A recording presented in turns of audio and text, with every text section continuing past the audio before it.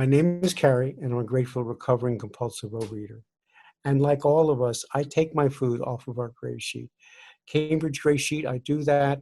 I write it down. I turn it over to my sponsor. I eat those 3 meals, those wonderful meals. I don't eat anything else in between, no matter what. I do it without exception. And I do that because the Gray Sheet itself, the greater community, the people on this line, and I've seen now the people in this world almost, have helped become abstinent and alive and given me a life along with my higher power. And I thank you all personally. And I thank specifically the people who put together this meeting, the people who are involved in setting the meeting up, and the timers and all of you. So thank you so much. I'm going to attempt, I was just asked to do this, and not that I'm such a good person in preparation, but I do like to, I have an old saying, I never enter a room without knowing where the exit is. And in order to do that, I did write something the other day when they asked me to qualify, and I'm going to tell it again. And if someone's heard it, I apologize. I will try to freshen it up so a bit. Anyway, what I did is, this is a story about a jackass. Now, a jackass is one of God's greatest creations. He gives great service to mankind. He's sure-footed, persistent, carrying heavy burdens. He's very good at that. And but this animal has one great fault. Because of his thick head, he doesn't take directions very well. In order to get his attention, one sometimes has to use the equivalent of a 2x4 upside his head. Well, my higher power has spoken to me many, many, many times in my life, more than I have heard him, unfortunately. His directions, his help were available to me when I was able to listen. But in extremis, God, who I call my higher power, has chosen to get my attention with the equivalent of a 2x4. I don't recommend it. The first time I was in my late 40s, I was standing at a table in Atlantic City, which is, as everyone knows, a gambling hub, and at the craps table, doing a juggling act between dice, drink, cigarettes, and the snack bowl. Now, I was in the midst of a successful run, and when I felt lightheaded, I had to ask they signaled actually, the pit boss, that I needed to be taken to emergency care. Then I found myself on a gurney afterwards in the hospital, emergency, and I came around emptying my guts and hallucinating. Now, not being a religious person, I was sort of surprised to see a white light. That was my first conversation that I was aware of with my higher power. And I started off by saying that, I know nothing and I have nothing to offer you, basically. You know better than anyone that I'm a liar and I'm a cheat, and anything I promise is based upon in quicksand. I can't do that. So, and I can't offer you anything, but I would like to live. And if you would allow me to live, I promise to try. Well, with that little bit, which I have learned since is a prayer, God had let me live. I had suffered a stroke and needed to deal with rehabilitation and what have you. But I did stop smoking, and I stopped gambling, and I stopped drinking. I didn't stop eating. God had gotten my attention. So during recuperation, I was living at this woman's home who had a group of other women that were meeting and asked me to participate with them. it turned out to be an OA or gray sheet meeting. And what attracted me were the women. It was another one of my foibles. And I listened to them, and it seemed interesting. I was more attracted that they were interested in talking to me. I was happy with that. And they mentioned a place called Jan House in the city, which was, I said, sure. I figured there'd be more women there. I said, why not? And I went, and the place was packed. Now, I crawled up the stairs, and when I say I crawled up the stairs, I was well over 300 pounds. I still had suffered from a left side stroke where a lot of my left side I had no feeling in. Now, there was no speech problem, but there were issues. But I was excited to be there. There were over 100 and some odd strange people. Oh my God, were they strange? Not till later I realized that I was one of them. And they were sitting on the windowsills and whatever.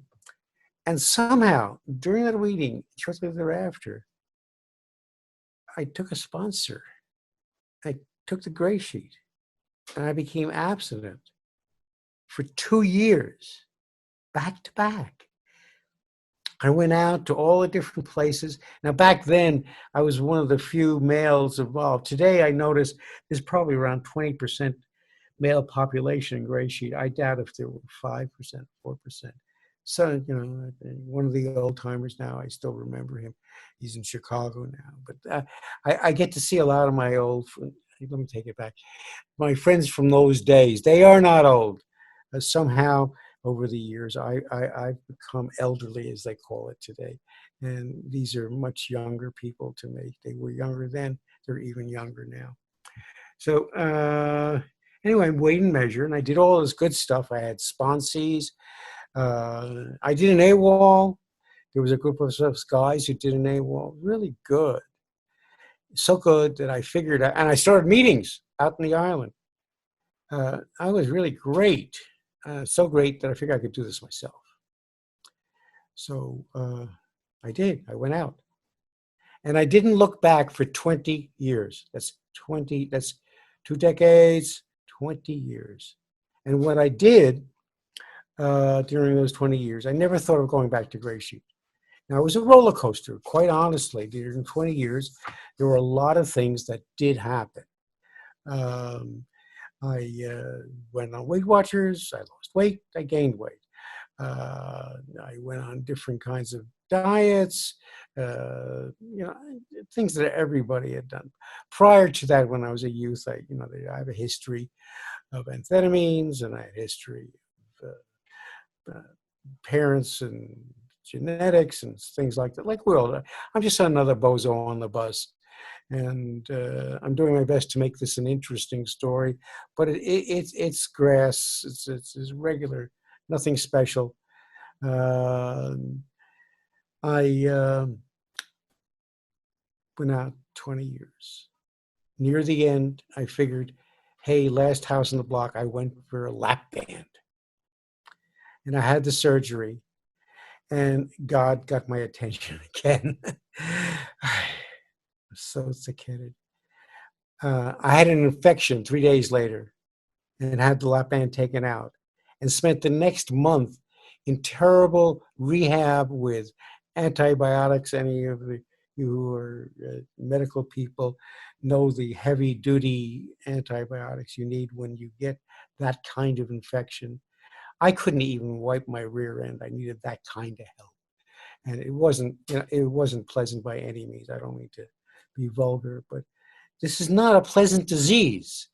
And if you're as much of a jackass as I am and you need that 2x4, it's not very pleasant. Anyway, I did come out of that, and at 340 odd pounds. And then another miracle happened, and this didn't take a 2x4. My daughter, who had been adopted some years ago, she's 23 now, she was 21 a couple of, 20, whatever. She said she had a school project to do. addiction. Could I help her? I said, wow, have you come to the source? Because, there's very few addictions that I'm not intimately familiar with, unfortunately. And so I took her to where I thought would be a safe meeting for me, an OA meeting. And unfortunately, there was only one person there, very pleasant, gave her some literature. And I said, darling, you're not going to get what you need out of this. So I took her to Winthrop Hospital Gray Sheet meeting, which is one we have here in the island. And we sat down, and I did see some people that I knew from years ago. There's about 20 odd people there. And I listened to the meeting. It was all good. It was nice. And at the end of it, I went up and I said, hey, could I have one of those gray sheets for my daughter? Before I could say for my daughter or anything, and they handed me a sponsor gray sheet, and he started saying, well, you can't get this unless you have a sponsor. So I immediately decided to lie and say, oh, yes, thank you, and took the gray sheet with full intention of not doing it. But I listened to him, and, the two things from the rear end of a chicken that I committed, and so on and so forth, and gave the gray sheet to my daughter, or gave her a copy, and but I did the gray sheet. I don't know why I did it, and I've been doing it since the 21st of July, 2017, without exception.